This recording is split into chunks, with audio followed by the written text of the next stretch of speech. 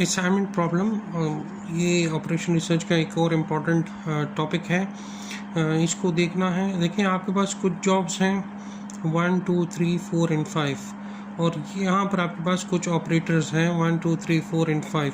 इन operators ने इन jobs को perform करना है। ये जो मैट्रिक्स के अंदर वैल्यूज़ गिवन है ये इन जॉब्स का टाइम ड्यूरेशन है। मतलब जॉब 1 अगर ऑपरेटर 1 परफॉर्म करेगा तो उसको 9 आवर्स लगेंगे कंप्लीट करने में। वही जॉब 1 अगर ऑपरेटर 2 परफॉर्म करेगा तो उसको 11 घंटे लगेंगे कंप्लीट करने में। और अगर यही फर्स्ट जॉब जो है ऑपरेटर 5 परफॉर्म करेगा तो उसको 7 घंटे लगेगी कंप्लीट करने के लिए।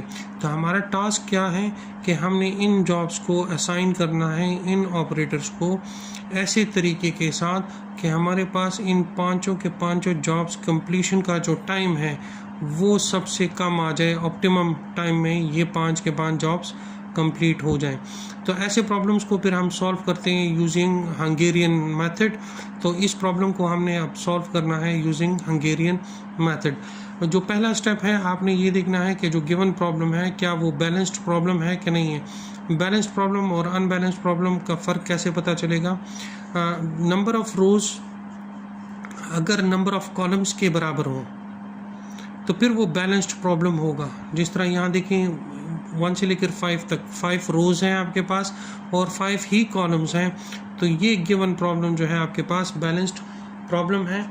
अगर ये अनबैलेंस्ड होता तो हमें एक डमी रो या एक डमी कॉलम जिसमें तमाम वैल्यूज़ 0 होंगी वो ऐड करना पड़ता, तो तब ये प्रॉब्लम हमारे पास बैलेंस्ड हो जाता। लेकिन ये जो गिवन प्रॉब्लम है this is a balanced problem. ठीक है जी। हंगेरियन मेथड का जो पहला स्टेप है वो है रो रिडक्शन का। रो रिडक्शन का मतलब ये है कि हर एक रो में जो मिनिमम वैल्यू होगी, जिस तरह पहली रो में मिनिमम वैल्यू है 7, इस 7 को इस रो के तमाम वैल्यूज से आपने सब्ट्रैक्ट करना है। 9 - 7, 11 - 7, 14 - 7, 11 - 7, 7 - 7। इसी तरह इस रो में आप देखिए 6 मिनिमम है तो 6 इन सब से सब्ट्रैक्ट होगा। 6 - 6, 15 - 6, 13 - 6, 13 - 6, 10 - 6। इसी तरह इन तमाम रोज में भी जो मिनिमम वैल्यूज होंगी वो हमने उससे सब्ट्रैक्ट करना है।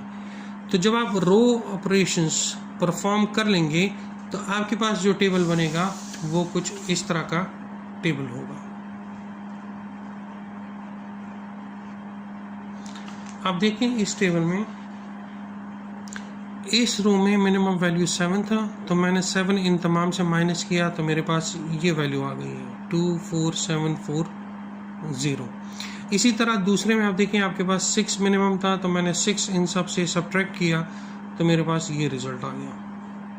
इसी तरह तीसरे का, चौथे का और पांचवें का।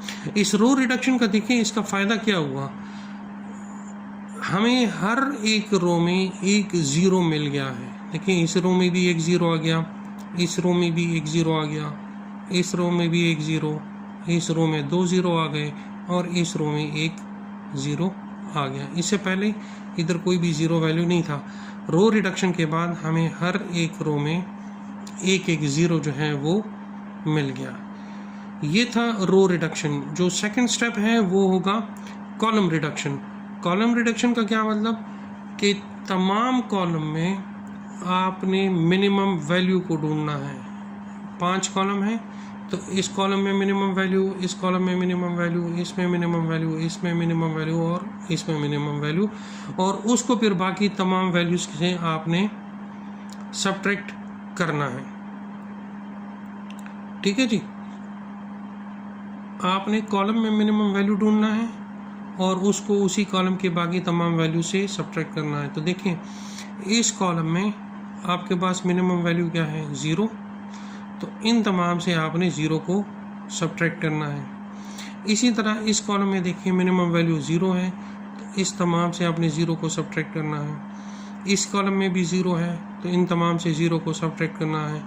इस कॉलम में आपके पास 2 मिनिमम है तो ये 2 आपने इन तमाम से सब्ट्रैक्ट करना है। इस कॉलम में 0 है तो इन तमाम से आपने 0 को सब्ट्रैक्ट करना है। तो सेकंड स्टेप आपका क्या होगा, that will be column reduction.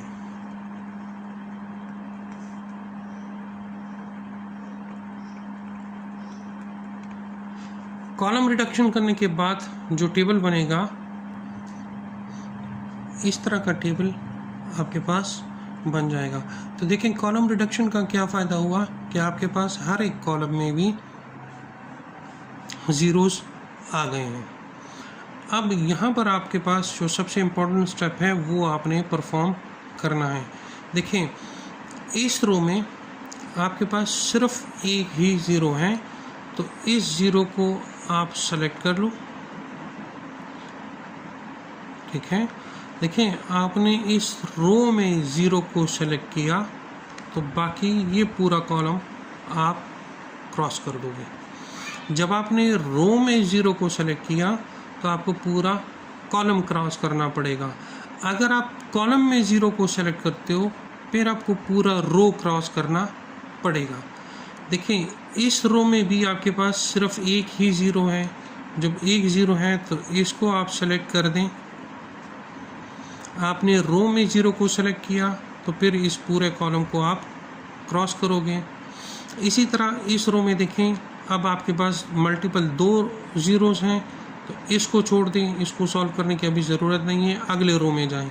अगले रो में आपके पास सिर्फ एक ही ज़ीरो है, ये तो क्रॉस आउट हो चुका है, तो ये तीन बाकी हैं, इसमें सिर्फ एक ज़ीरो है, तो इसको आप सेलेक्ट कर दें और इस पूरे कॉलम को आप क्रॉस कर दें। इसमें कोई ज़ीरो नहीं है, इसमें आपके पास दो ज़ीरोस बच गए हैं। तो अब आप रोज़ चूँकि आपकी कंप्लीट हो गई हैं, अब आप इस पर कॉलम वाइज ऑपरेशंस परफॉर्म करें। तो देखिए इस कॉलम में सिर्फ एक ज़ीरो है, तो इसको आप सेलेक्ट कर दें। जब आपने कॉलम में ज़ीरो को सेलेक्ट किया फिर आप उसी का पूरा रो आप क्रॉस करेंगे। अब देखें इसमें आपके पास ज़ीरो नहीं है, ख़त्म हो गई। तो यहाँ पर आकर आपने जो चेक करना है पॉइंट वो ये है कि कितने नंबर ऑफ़ लाइंस आपको लगे इन तमाम ज़ीरोज़ को क्रॉस करने के लिए। तो देखिए एक लाइन ये हो गई है 1, this is line number 2, this is line number 3, this is line number 4। 4 लाइनें लगी हैं इन ज़ीरोज़ को क्रॉस करने के लिए। और मैट्रिक्स कितने साइज़ का है, दैट इज़ 5। मैट्रिक्स आपके पास 5 का है और लाइंस आपको लगी हैं 4। दैट मीन्स कि लाइंस की तादाद कम है गिवन मैट्रिक्स से। देखें number of lines crossing zeros is not equal to number of rows या column in matrix। बराबर नहीं है। नंबर ऑफ लाइंस कितनी हैं, 4। 4 is not equal to 5, therefore ये हमारा ऑप्टिमल सोल्यूशन नहीं है। अब हमने आगे मूव करना है और हमने ऑप्टिमल सोल्यूशन की तरफ जाना है। ठीक है जी। नेक्स्ट ऑपरेशन फिर आपका क्या होगा, ये पॉइंट बहुत गौर से देखिएगा, इसको समझिएगा कि अब आपने क्या करना है। जो वैल्यूज़ क्रॉस नहीं हुए, जिस तरह देखिए 7 और 2 ये क्रॉस नहीं हुआ, 7 5 क्रॉस नहीं हुआ, 1 1 नहीं है और 7 1 नहीं है, बाकी तमाम वैल्यूज़ क्रॉस हो गई हैं। जो वैल्यूज़ क्रॉस नहीं हुई इनमें से आपने मिनिमम वैल्यू आइडेंटिफाई करनी है कि वो कौन सी है। तो देखिए 7 2 7 5 1 1 7 1, तो मिनिमम वैल्यू क्या है 1। अब इस 1 को आपने जो वैल्यूज़ क्रॉस नहीं हुई इनसे सब्ट्रैक्ट करना है। जो वैल्यूज़ क्रॉस नहीं हुई इनसे आपने 1 को सब्ट्रैक्ट करना है, और जो वैल्यूज़ क्रॉस्ड हुई हैं जहाँ पर ये इंटरसेक्शन पॉइंट है, जिस तरह देखिए ये लाइन और ये लाइन इधर इंटरसेक्ट कर रहा है, तो इधर आपने ये वाला 1 ऐड करना है। तो इस 6 में 1 ऐड होगा, इस 7 में 1 ऐड होगा और इस 2 में 1 ऐड होगा, और ये जो अनक्रॉस्ड वैल्यू है इससे सब्ट्रैक्ट होगा। बाकी ये जो वैल्यूज़ हैं इनमें कोई फ़र्क नहीं आएगा, ये एज इट इज़ अपनी जगह पर मौजूद रहेगा। तो नेक्स्ट स्टेप में आपने क्या करना है, आपने अनक्रॉस्ड में से मिनिमम वैल्यू को आइडेंटिफाई करना है, उसको आपने इन क्रॉस्ड वैल्यूज़ के साथ ऐड करना है, और जो अनक्रॉस्ड वैल्यू है उससे आपने सब्ट्रैक्ट करना है। देखिए अब जब हम इस 1 को इन तमाम वैल्यूज से सब्ट्रैक्ट करेंगे और इन डायगोनल्स जो क्रॉस्ड वैल्यूज़ हैं इंटरसेक्शन वाली 6, 7 और 2 इसके साथ ऐड करेंगे, तो हमारे पास जो टेबल बनेगा वो कुछ इस तरह का टेबल बनेगा। देखें ये वैल्यू हमारे पास आ जाएगी 2, दिस बिकम्स 4, 6, 1 और 0, ये वैल्यू आ जाएगी। इसी तरह जो जॉब 2 है, सेकंड जो रो है उसकी वैल्यू आ जाएगी 0, 9, 6, 4 आ जाएगा। थर्ड जो रो है वो आ जाएगा 7, 8, 0, 0 और 3 आ जाएगा। दिस बिकम्स 2, 0, 0, 0 और 0 आ जाएगा। और फिफ्थ रो आपके पास आ जाएगा 0, 5, 6, 0, 7, ये आपके पास आ जाएगा। अब आपने क्या करना है, अब आपने दोबारा वही ज़ीरोज़ को हर एक रो में से क्रॉस करना है। देखें पहली रो में सिर्फ एक ही ज़ीरो है, इस ज़ीरो को हमने यहाँ पर सेलेक्ट कर दिया और इस पूरे कॉलम को हमने क्रॉस कर दिया। सेकंड रो में भी आप देखें आपके पास सिर्फ एक ज़ीरो है, तो उसको हमने सेलेक्ट किया और इस पूरे कॉलम को हमने क्रॉस कर दिया। थर्ड रो में अब आपके पास 2 ज़ीरोस हैं, उसको फ़िलहाल छोड़ दें। नेक्स्ट में 3 ज़ीरो हैं, उसको भी छोड़ दें। इसमें आपके पास सिर्फ एक ज़ीरो है, तो इसको आपने सेलेक्ट किया और इस पूरे कॉलम को आपने क्रॉस कर दिया। अब रो कंप्लीट हो गई, तो अब आपने क्या करना है, अब आपने कॉलम वाइज देखना है। तो ये 2 कॉलम बच गए, इस कॉलम में सिर्फ ये एक ज़ीरो है, तो इस कॉलम को सेलेक्ट किया और इस पूरे रो को आपने क्रॉस कर दिया। इस कॉलम में आप देखें सिर्फ एक ज़ीरो बच गया, इस एक ज़ीरो को आपने सेलेक्ट करना है और इस पूरे रो को आपने क्रॉस करना है। तो अब आप देखें तमाम ज़ीरोस, जितने भी ज़ीरोस हैं इस मैट्रिक्स के अंदर, वो तमाम क्रॉस आउट हो गए। तो अब आप जो क्रॉस किए हुए लाइंस हैं उनको काउंट कर लें, दैट इज़ 1, 2, 3, 4 और 5। तो नंबर ऑफ़ क्रॉस्ड लाइंस वो भी 5 हैं और मैट्रिक्स भी हैं, वो भी नंबर ऑफ़ रोज़ या नंबर ऑफ़ कॉलम्स वो भी 5 हैं। तो अब ये ऑप्टिमल सोल्यूशन आप यहाँ से अचीव कर सकते हो। यहाँ पर अब ऑप्टिमल सोल्यूशन मौजूद है, अब आपको मज़ीद कुछ प्रोसेसिंग करने की ज़रूरत नहीं है। तो देखें अब होगा क्या कि आपके पास जो जॉब्स हैं, जॉब हैं और आपके पास ऑपरेटर हैं और आपके पास टाइम है इन जॉब्स का। तो देखें जॉब आपके पास है 1, 2, 3, 4 और 5। जॉब 1 कौन सा ऑपरेटर परफॉर्म करेगा, ये वाला operator, operator number 5। Job 1 operator number 5 perform करेगा, जॉब 1 ऑपरेटर नंबर 5 परफॉर्म करेगा। जॉब 2 ऑपरेटर नंबर 1 परफॉर्म करेगा। जॉब 3 ऑपरेटर नंबर 3 परफॉर्म करेगा। जॉब 4 ऑपरेटर 2 परफॉर्म करेगा। और जॉब 5 ऑपरेटर 4 परफॉर्म करेगा। ठीक है जी।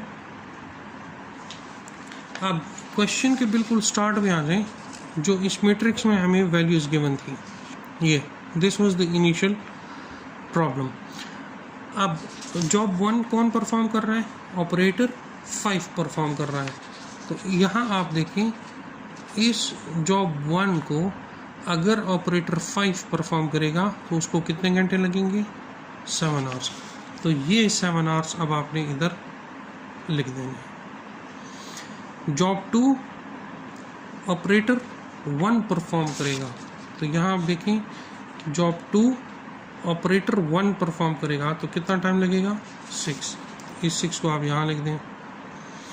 जॉब 3 ऑपरेटर 3 परफॉर्म करेगा, तो जॉब 3 ऑपरेटर 3 परफॉर्म करेगा तो 6 आवर्स। जॉब 4 ऑपरेटर 2 परफॉर्म करेगा, जॉब 4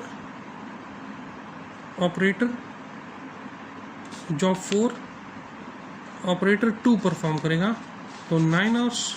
ठीक है, जॉब 4 ऑपरेटर 2 परफॉर्म करेगा तो 9 आवर्स।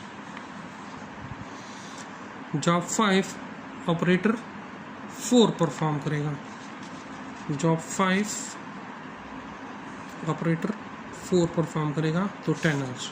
तो यहाँ आप लिखें 10 आवर्स। इस तमाम को अगर आप काउंट करें, ये आपके पास सम अप करें तो ये आपके पास आ जाएगा 38 आवर्स। दैट मीन्स ये जो जॉब्स हैं इन ऑपरेटर्स ने परफॉर्म करना है मिनिमम 38 आवर्स में ये ऑपरेटर्स ये जॉब परफॉर्म कर सकते हैं। इससे कम टाइम में ये पॉसिबल नहीं है।